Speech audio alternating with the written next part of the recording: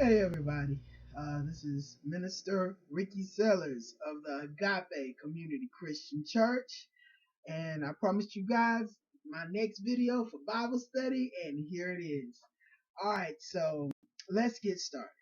First thing I like to do is go over this question that should go in everybody's head before they go into Bible study. And the first question is, what is the Bible?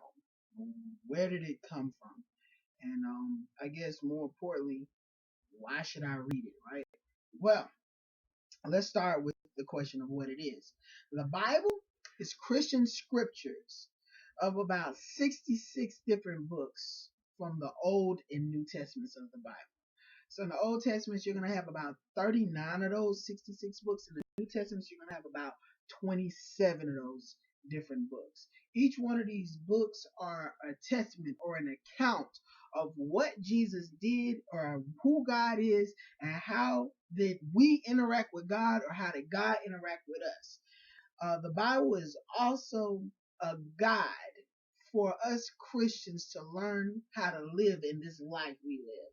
So if you have any questions about life, if you're depressed, what to do, heartbroken, what to do, if you ain't got no money, what to do, if you're in a great place, what to do, how do you stay humble? All those and many more questions are answered in this Bible because it is our instruction manual to this life.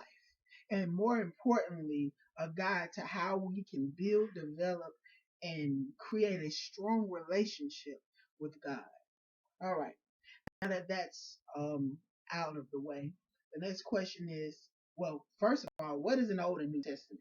Let's talk about that. The Old Testament is pretty much the account of our interaction with God or God interaction with us, before Jesus came on the scene.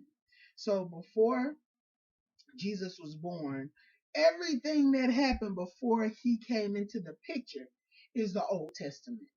All the prophets, all the kings, all the stories, all those things that happened in the Old Testament, so those 39 different books, is everything that happened before Jesus came in the picture. And obviously in the New Testaments, or the New Testimony, right, it is everything that happened after Jesus was born all the way up to his death and even after his death. So when you talk about the New Testament, you're talking about Jesus, which is, the Son of God or God's life after he was born, what he did in his life, and what happened after he rose from the dead and went on and translated into heaven, right? Okay. How did it come to be? That's my last question. I think that's going to be the last question I answer for this segment. But this is how the Bible came to be. Way, way back when, before there was writing, a lot of this stories handed down, generation to generation to generation, until writing actually came up. The first 5 books of the Bible actually was written by Moses, and from there, the writing just kept going on. The first 3 general languages of the Bible was Hebrew, Arabic, and Greek.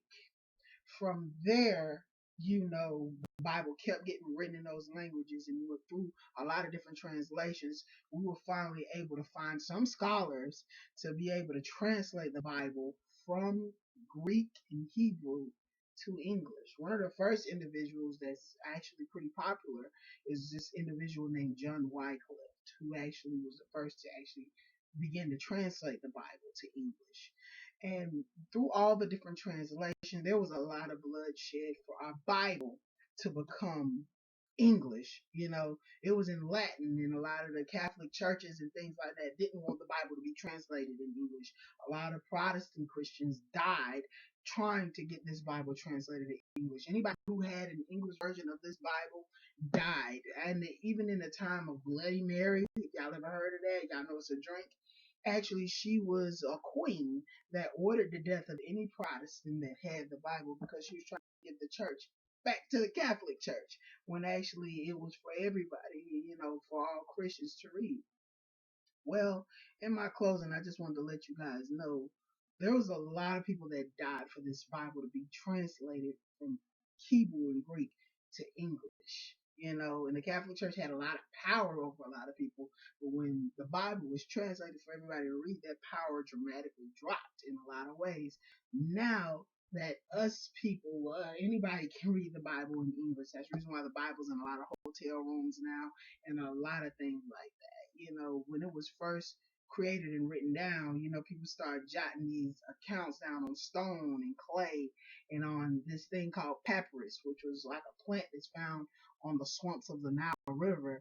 And from there, they use leather, the skin of animals, and now they're using this paper that we all love and use today, the normal paper that jots down the Bible and all the teachings and the lessons that God wants us to learn to be His disciples here.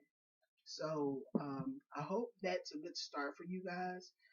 Just to recap, the Bible is pretty much our guiding book for, well, not a book, but the Bible is our guide to how we live this life as a Christian.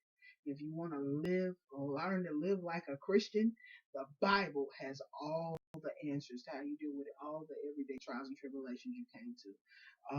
One other thing the Bible is pretty much the inspired word of God through all the prophets, all the followers of Christ. It's the inspired word of God, a love letter from God Himself, so we can live this life and develop a relationship with God.